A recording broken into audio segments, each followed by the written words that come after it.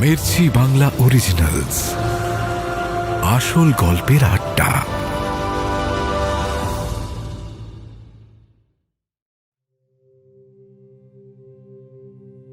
Office থেকে তাড়াতাড়ি বেরিয়ে পড়ল ইরা। পার্ক স্ট্রিটের দিকে যাবে। একটা ক্যাব নিয়ে নিল। ক্যাব গিয়ে পৌঁছালো সেই পুরনো ঠেকে। ক্যাব থেকে নেমে ইরা দাঁড়ালো ক্যাফে একান্তের সামনে। পরনে নীল রঙের সালোয়ার কামিজ, হাতে শাঁখাপলা নেই, সিঁথিতে সামান্য সিঁদুর ছোঁয়া। হলুদ আলো পরে মায়াবী লাগছিল আরো। ক্যাফের ভিতরে গিয়ে একটা টেবিল বেছে বসল। ওয়েটার এসে জিজ্ঞেস করলো, কিছু দেবো ম্যাডাম? কফি কিংবা চা, স্ন্যাক্স? হাত দেখিয়ে বারণ করল ইরা। অতনু আসা পর্যন্ত অর্ডার করবে না। অতনু এলে দুজনে মিলে অর্ডার করবে। নিজেরই হাসি পাচ্ছিল ইরার। দুজনে মিলে জীবনে আর কিছুই করা হলো না। শেষমেশ ক্যাফেতে অর্ডার করবে। অতনু জোরে বাইক চালাচ্ছিল। সমস্ত সিগন্যালগুলোকে আজ যেন আরো অসহ্য মনে হচ্ছে ওর। প্রতি মোড়ে মোড়ে দাঁড়াতে হচ্ছে। কোথাও দেরি করে যেতে এমনি ভালো লাগে না ওর। তার উপরে আজ ইরার সঙ্গে এতদিন পর দেখা হবে। মনের মধ্যে যেন হাজার কয়লা চিরবির করছিল। পায়রা এসে ডানা ঝাপটাচ্ছিল মনের সুখে। যেন কত আনন্দ উল্লাস থেকে নিজেকে বঞ্চিত রেখেছিল। কি দিয়ে কথা শুরু করবে সেটা অবধি ঠিক করতে পারছে না। প্রথমে ভাও নেবে নাকি গিয়েই একেবারে খোলামেলা হয়ে যাবে। ভাও নেওয়া মানেই সময় নষ্ট, বরং খোলামেলা হওয়াই ভালো। সিগন্যাল লাল হয় আর এইসব ভাবতে থাকে অতনু। এই করতে করতেই পৌঁছালো পার্ক স্ট্রিটে। ক্যাফের ভেতর ঢুকেই ইরাকে দেখতে পেয়েছিল। গুটি গুটি পায়ে কাছে গিয়ে বলল, ম্যাডাম বসতে পারি? ইরা তো আওয়াজ শুনেই বুঝতে পেরেছিল। ঘাড় ঘুরিয়ে বলল, ন্যাকামি করিস না, বস।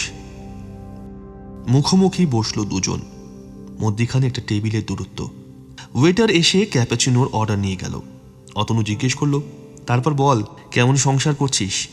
ইরা ঘুরিয়ে উত্তর দিল, তোর যখন অতই জানার স্বাদ কেমন সংসার করছি আমি, আমার সাথে সংসার করলেই পারতিস। প্রথম বলেই ছক্কা। বাউন্ডারির বাইরে থেকে বল কুড়িয়ে ফিরল অতনু। বলল, করিনি বলেই তো শুনতে চাইছি। কেউ কি করে সহ্য করে তোকে?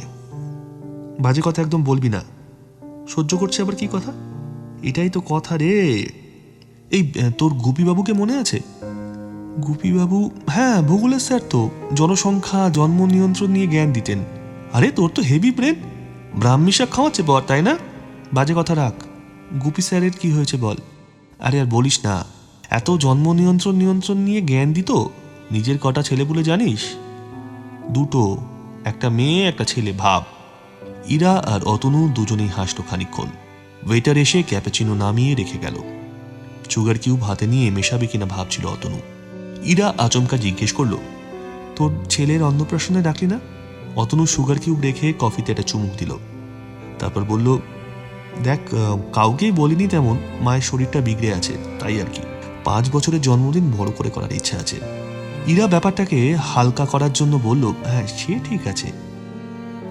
তোর ছেলের ছবি দেখা, দেখি কেমন হয়েছে।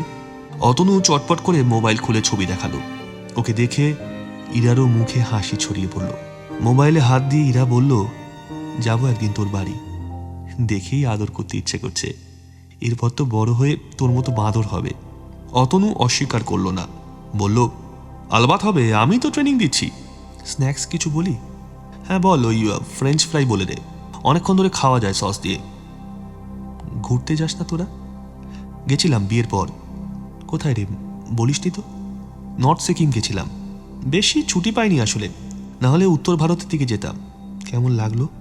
দারুণ রে, আমার প্রথম পাহাড় দেখা, তাও আর অমন ভাবে। হা। এরপর দুজনের চোখে চোখ পড়তেই যেন ব্যথার চিহ্নগুলো দেখতে পেল। না তাকিয়েই বলে যাচ্ছিল অতনু। ইরাও শুনছিল মন দিয়ে। হঠাৎ দুজনেরই যেন পুরনো কথা মনে পড়ে গেল। পেরিস্তানে বসে দেখতে থাকা দূরপাল্লার ট্রেনে পাহাড় যাওয়ার কথা ছিল। হয়েছে যাওয়া দুজনেরই, কিন্তু একসাথে নয়, আলাদা আলাদা মানুষের সাথে। অতনু অভিমানের সুর গলায় মেখে জিজ্ঞেস করল, তুই নৈনিতাল, কুলু, মানালি কেমন ঘুরলি? হাসল ইরা।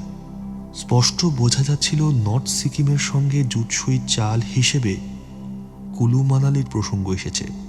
দীর্ঘশ্বাস ফেলে বলল, ভালোই, অনেকক্ষণ দুজনের কেউ কিছুই বলল না। শেষ হয়ে যাওয়া কফির কাপ তুলে নিয়ে ওয়েটার জিজ্ঞেস করলো, ম্যাডাম আর কিছু লাগবে? অতনু আঙুল দেখিয়ে বলল, একটা সিম্পল ফ্রেঞ্চ ফ্রাই। ওয়েটার চলে গেল।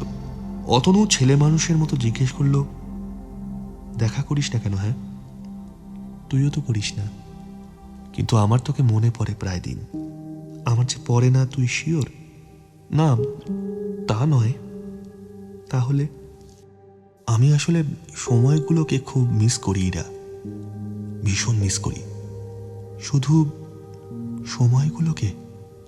হ্যাঁ, সময়গুলোকেই।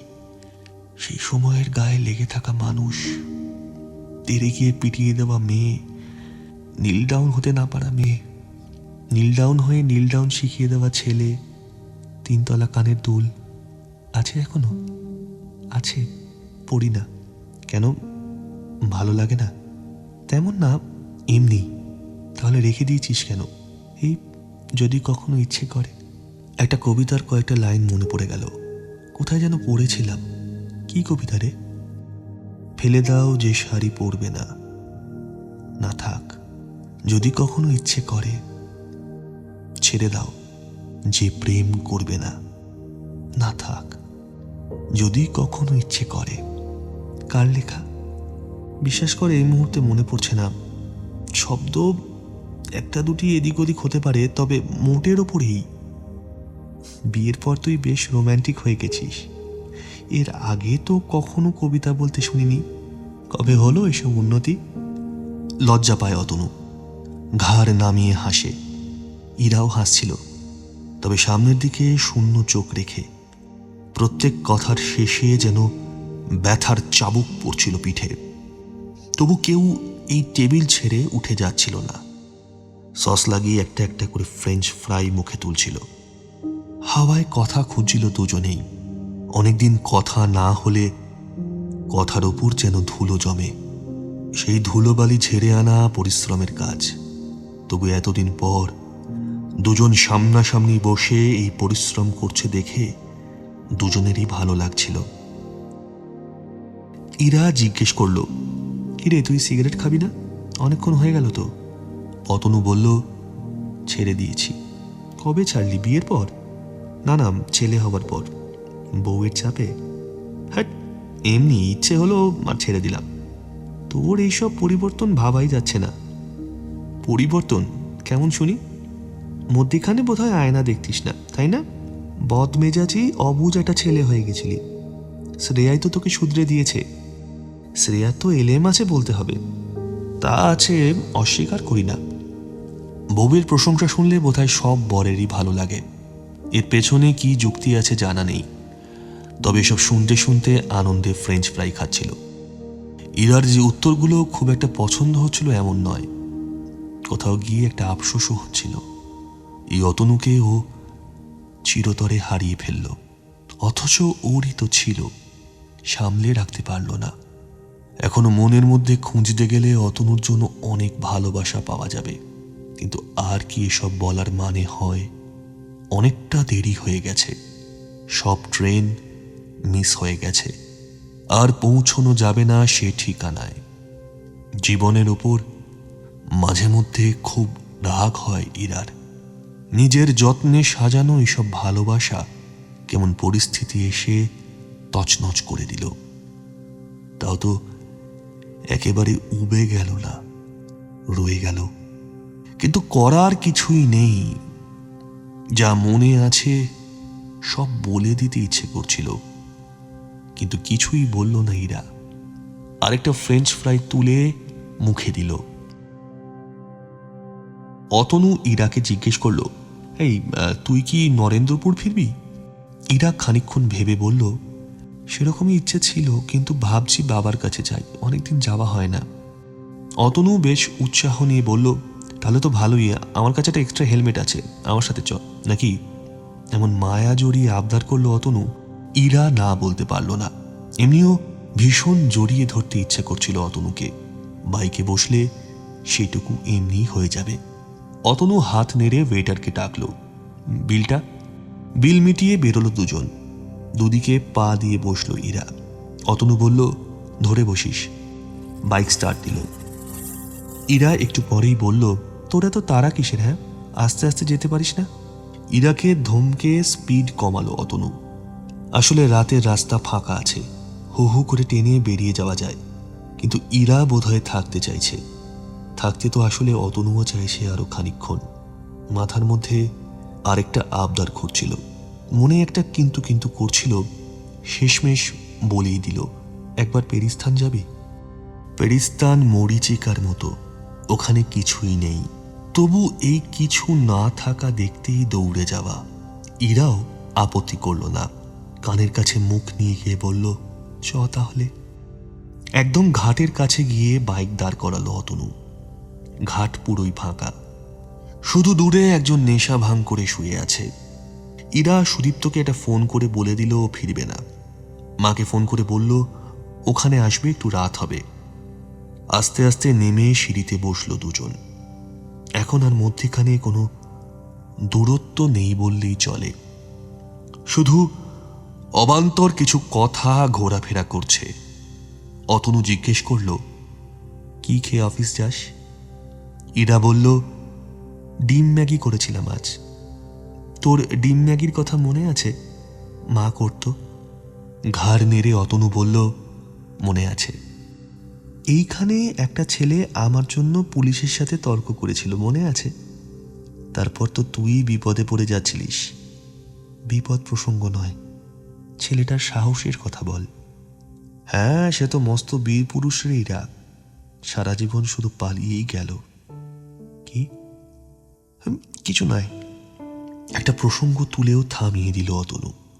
মনের ভেতরে খুঁড়তে শুরু করা বিপজ্জনক। কি থেকে কি কথা বেরিয়ে এসে আলো জ্বালিয়ে দেবে সমস্ত। একে অন্যকে স্পষ্ট দেখতে পাবে, আর পালাবার রাস্তা থাকবে না, লোকানোর সংসার থাকবে না। ইরা আচমকা জিজ্ঞেস করল, জলে পা ডুবিয়ে বসবি? অতনু প্রায় সঙ্গে সঙ্গে ঘুরিয়ে প্রশ্ন করল, তাপের সমবন্টনের জন্য? হাসল দুজনেই। অল্প একটা হলুদ আলো আর জ্যোৎস্নায় যতটুকু দেখা যাচ্ছিল। হাত ধরে আস্তে আস্তে নেমে এলো দুজন। কতদিন যেন মাটি স্পর্শ ছাড়াই বেঁচেছিল গাছ, জল ছাড়া মাছের মতো কেটে গেছে জীবন। হাত ধরে যেন ঘর বাড়ি খুঁজে পেল দুই রিফিউজি। জলে পা ডুবিয়ে বসলো অনেকক্ষণ। ইরা আস্তে আস্তে বলল, বাবা ফালতুই অত চেষ্টা করলো, অপেক্ষা করতে পারতো বল। অতনু জিজ্ঞেস করে, কিসের জন্য রে? এই আমাদের আলাদা হওয়ার। দেখ কেমন সময়ের সঙ্গে সঙ্গে নিজেরাই আলাদা হয়ে গেলাম। হ্যাঁ, তা ঠিক। স্কুলে একসাথে বসতে দেয়নি বলে পানিশমেন্ট নিয়েছিলাম দুজনে। তুই বলেছিলি একসাথে বসতে না দিক একসাথে দাঁড়াবো। অতনু আর কোনো উত্তর দেয় না। কি বলবে নিজেও জানে না ও। ইরা যা যা বলছে একটাও তো মিথ্যে নয়। আজ এতদিন পরে বিচ্ছেদের সমস্ত কারণ আবছা হয়ে গেছে, কিন্তু টান সে তো রয়েই গেছে। এখনো কোথাও বুকের মধ্যে ফাঁকা ফাঁকা লাগে ওরও। ছেলে, বউ, মা, সবাইকে নিয়ে সুখের সংসার। সংসারে ভালোবাসারও কোনো অভাব নেই। জীবনে অতনু যা হতে চেয়েছিল তাই হয়েছে। তবু যেন কোথাও একটা লেগে আছে বিষাদ, কোথাও এই না হওয়া একটা কিছু তাড়িয়ে বেড়ায় ওকে। পাগলের মতো ছটফট করে অতনু। বাধ্য হয়ে বলে, ছাড় ওসব পুরনো কথা, আজকের কথা বল, এখনের কথা বল। ইরা দীর্ঘশ্বাস ফেলে বলে, ভালো আছি। ভীষণ সমতল একটা জীবন, চড়াই উতরাই নেই। হ্যাপিনেস আছে কিন্তু হ্যাপেনিং নেই। অতনু ঘুরিয়ে বলে, ঘটনা কম ঘটাই ভালো জীবনে। ঘটনা দুর্ঘটনাকে টেনে আনে, সবকিছু বদলে যায়। ইরা চটাস করে মাথায় চাটি মেরে বলে, বাবাদের মতো জ্ঞান দিস না তো। চাটি মেরেই জিভ কাটল। রিফ্লেক্সে হয়ে গেছিল। মারার সঙ্গে সঙ্গেই বুঝলো কাজটা ঠিক হয়নি। অনেকবার বলল, সরি অতনু, সরি, মানে আমি আসলে সরি। অতনু খিলখিল করে হেসে বলল, আরে থাম থাম, মাঝে অনেকগুলো বছর কেটে যেতে পারে, কিন্তু আমি সেই অতনুই আছি, আর তুই ইরা। একটা চাটি মারলে আমার গায়ে ফোসকা পড়বে না, গ্যাস থাক। অতনুর কথায় একটু হলেও স্বস্তি পেল ইরা। আঙুল নিয়ে খেলতে খেলতে বলল, আজ একটা সিগারেটের দরকার ছিল বুঝলি, কাউন্টারে খেতাম। অতনু হেসে বলল, ইচ্ছে যে আমারও করছে না তা নয়, কিন্তু কিছু ইচ্ছে আটকে দেওয়াই ভালো, সব পেলে নষ্ট জীবন। তুই দীক্ষা টিক্ষা নেওয়া শুরু কর বুঝলি, একদম ওরকম হয়ে যাচ্ছিস। আরে না না, এখনো একই আছি, জোকস বলে পাগল করে দিল লোকজনকে। কই এতক্ষণ আছি, আমাকে তো একটা জোকসও বললি না। আমাদের গল্পটার থেকে বড় জোকস আর কিছু আছে নাকি? দুজনেই অনেকক্ষণ চুপ করে বসে থাকলো। তারপর ফোন ভাইব্রেট হতে দেখে অতনু উঠে দাঁড়ালো। আস্তে আস্তে সিঁড়ি দিয়ে অতনুকে উঠতে দেখে ইরা উঠে এলো। কোনো কথা না বলে বাইকে উঠলো অতনু। ইরা ওঠা অবধি অপেক্ষা করলো। ইরা ভালোভাবে উঠে কাঁধে হাত দেবার পরেই বাইক স্টার্ট দিল অতনু। থামলো না কোথাও, একটা কথাও বলল না কেউ। একদম ইরাদের বাড়ির সামনে গিয়ে দাঁড়ালো বাইক। গেট খুলে ঢুকে গেল ইরা। ইরা চলে যাবার পরেও দাঁড়িয়েছিল অতনু। দেখতে পাচ্ছিল একটা ছেলে সাইকেল দাঁড় করিয়ে ছুটে যাচ্ছে, হাতে মিষ্টির প্যাকেট। নিজের রেজাল্ট জঘন্য হয়েছে তো কি, ইরা মাধ্যমিকে দারুণ নম্বর পেয়েছে, হাত ভেঙে গেছে। মা কিংবা বাবা কি বলবে চিন্তা নেই, একটাই চিন্তা, ইরা কি বলবে। সেই ইরা হাঁটতে হাঁটতে চলে গেল। একবার পিছন ফিরে আসছি অবধি বলল না। তবু অতনু জানে ইরার মনেও অনেক কথা জমে আছে। এ জন্মে সেসব কথা আর বলা হবে না কারুর। বাইক ঘুরিয়ে বাড়ির রাস্তা ধরল অতনু। বাড়ি ঢোকার পর ইরাকে গুনগুন দেবী অনেকগুলো প্রশ্ন করলেন। সৌমিত্রবাবু রিটায়ার করেছে, চোখে এখন অল্প দেখেন, তবু বুঝতে পারল ইরা বিধ্বস্ত হয়ে আছে। গুনগুন দেবীর উদ্দেশ্যে বলল, মেয়েটা এইমাত্র এলো, কি একটু বসতে দাও, তারপর তোমার ইন্টারভিউ নিও। ইরা নিজে থেকেই বলল, অতনুর সঙ্গে দেখা করেছিলাম আজকে। গুনগুন দেবী তাকিয়ে থাকলো মেয়ের দিকে, চমকে দেবার মতো আরো কিছু বলবে নাকি, কিন্তু ইরা আর কিছুই বলল না। সময়ের পিছু ধরে বাকি কাজ চলতে শুরু করলো আগের মতোই। রাতে ছেলের পাশে ঘুমোলো অতনু। পরদিন ইরা অফিস গেল। সুদীপ্ত সন্ধে বলল নিজে রান্না করবে, ইরার জন্য সারপ্রাইজ আছে। পৃথিবী নিজের অক্ষের চারপাশে পাক খেতে খেতে আগের মতোই এগিয়ে যাচ্ছিল, কিছুই বদলালো না। শুধু ইরা আর অতনুর মনের মধ্যে না বলা অনেক কিছু রয়ে গেল, যা হয়তো বলা হবে না কখনো। সব গল্প তো আর ফুরোবার মতো করে ফুরোয় না, কিছু গল্প থাকে এরকম, বলতে বলতে মধ্যিখানে সময় শেষ হয়ে যায় আর গল্প ওখানেই দাঁড়িয়ে থাকে। এও সেরকম। ইরা আর অতনু নিজের জীবনের অন্য গল্পগুলোর চরিত্র হয়ে গেল। ওদের গল্প এখানেই শেষ।